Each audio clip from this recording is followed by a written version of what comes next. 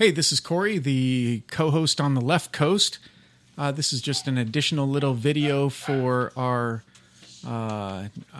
what we talked about today, which was the receipt of the oath of office for Charles Marjines. This is the oath that was received. On the back, it's stamped by the Secretary of State as being a certified true copy. It carries the same legal weight as an original. Now, when I was first researching this, my question was, what is an oath? What is it? I mean, it's a fascinating history.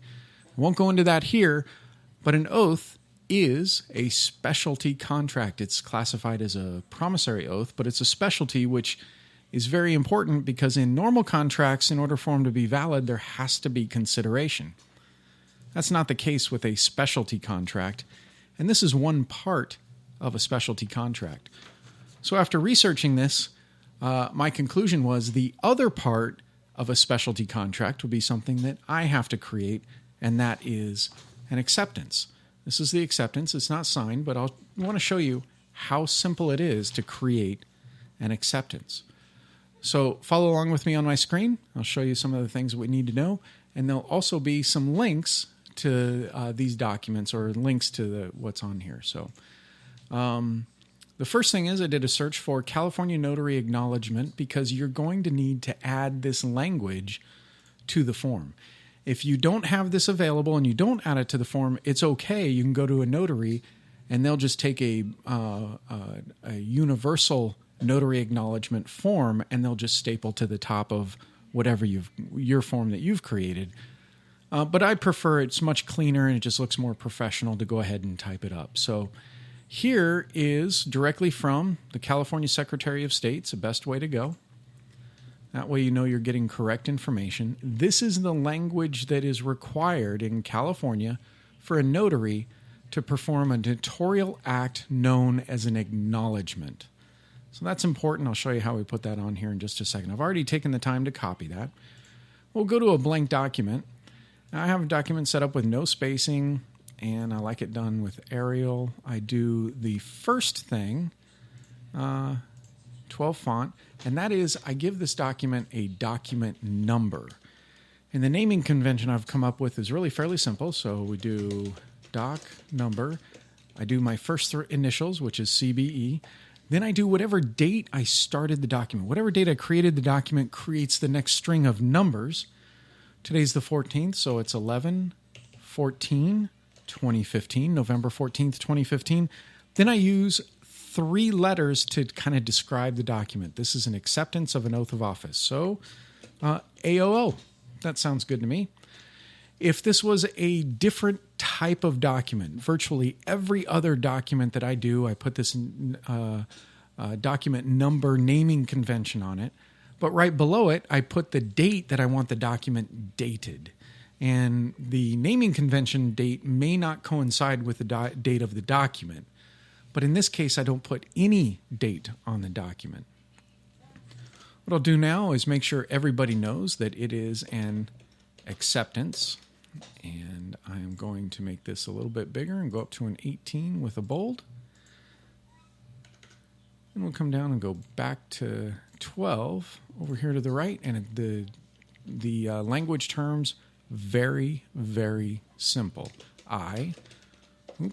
Let's not use bold.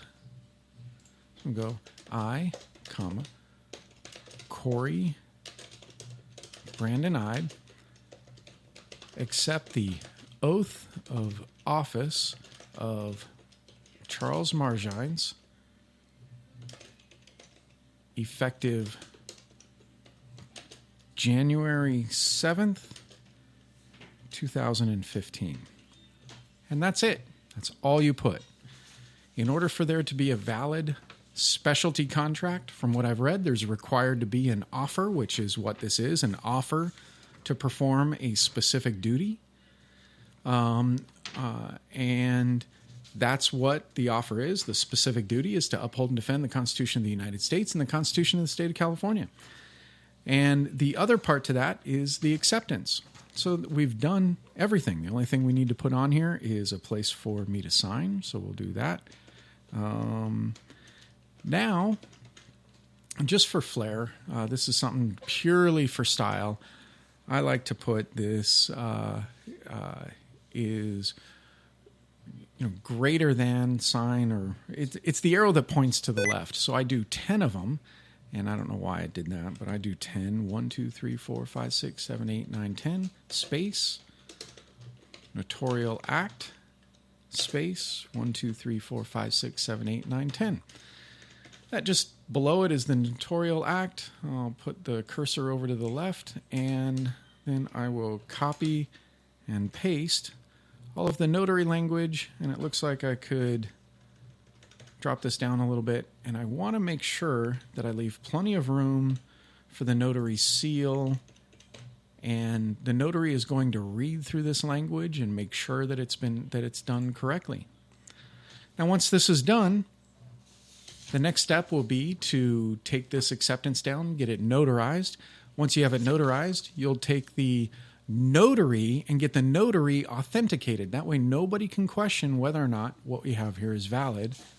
And then I'll return it to Charles Margine. So if you haven't signed up, sign up to subscribe to the podcast here on agenda31.org. It's the only podcast in the universe that gives you low-risk, high-reward activities to deal with government directly, that you can get measurable results in the behavior of government and ultimately get them out of your lives.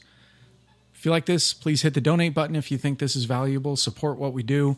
We are on a mission to get at least one person identifying themselves as a state citizen holding government accountable in all of the little over 3,100 counties in the country. My name is Corey Ide. My co-host is Todd McGreevy.